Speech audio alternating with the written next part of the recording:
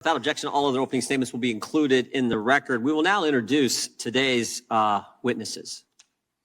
Mr. Garrett O'Boyle. Mr. O'Boyle is a whistleblower, an FBI special agent, most recently in the Wichita resident agency of the Kansas City field office. Prior to becoming an FBI agent, Mr. O'Boyle served our nation as an infantryman in the United States Army for 6 years. In the Army, Mr. O'Boyle was deployed to both Iraq and Afghanistan.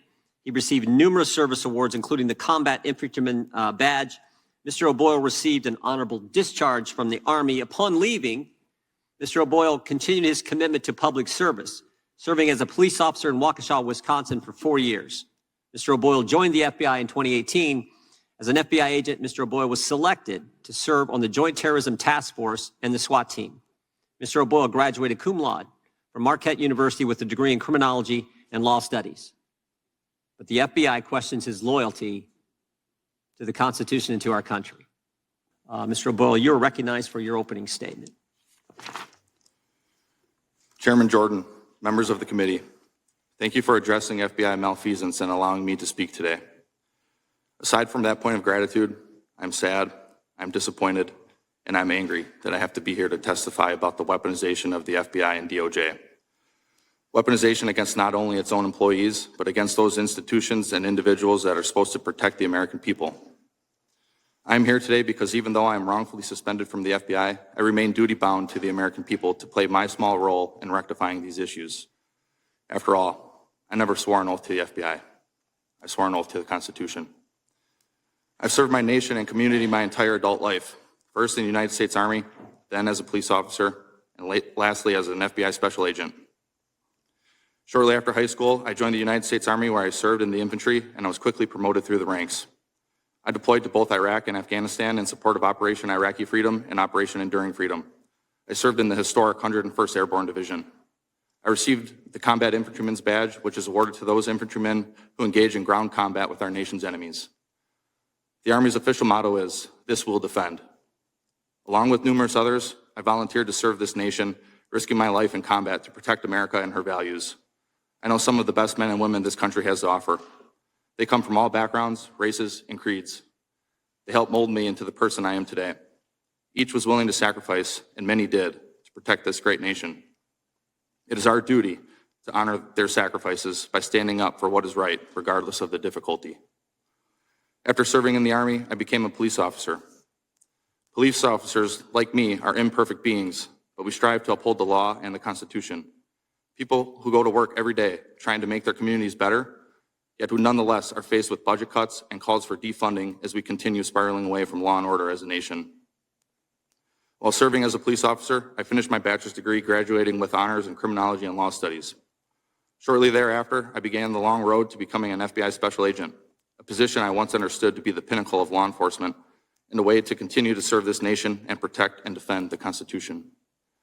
During my 4 years as a special agent, I received the highest annual review an employee can receive.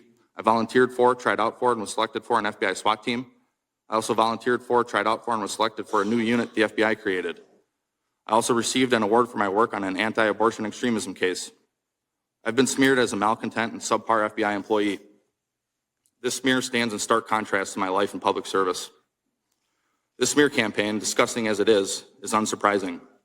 Despite our oath to uphold the Constitution, too many in the FBI aren't willing to sacrifice for the hard right over the easy wrong. They see what becomes of whistleblowers, how the FBI destroys their careers, suspends them under false pretenses, takes their security clearances and pay with no true options for real recourse or remedy. This is by design.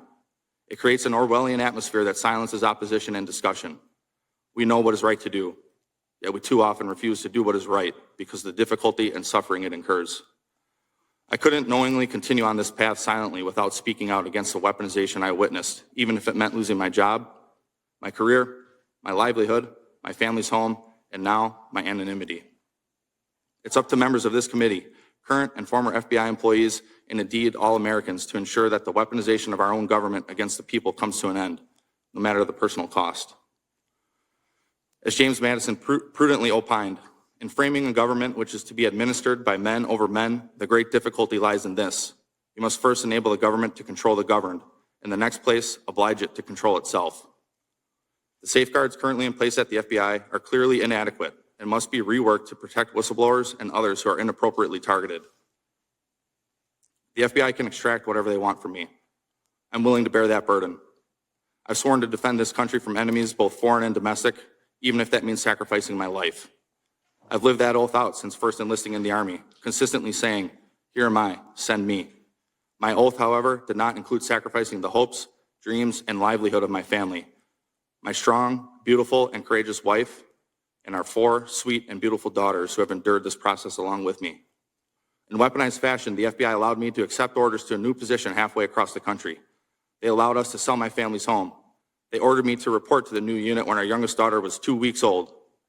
Then, on my first day on the new assignment, they suspended me, rendering my family homeless.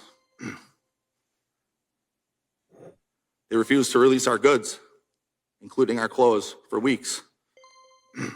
All I wanted to do was serve my country by stopping bad guys and protecting the innocent. To my chagrin, bad guys have begun running parts of the government, making it difficult to continue to serve this nation and protect the innocent.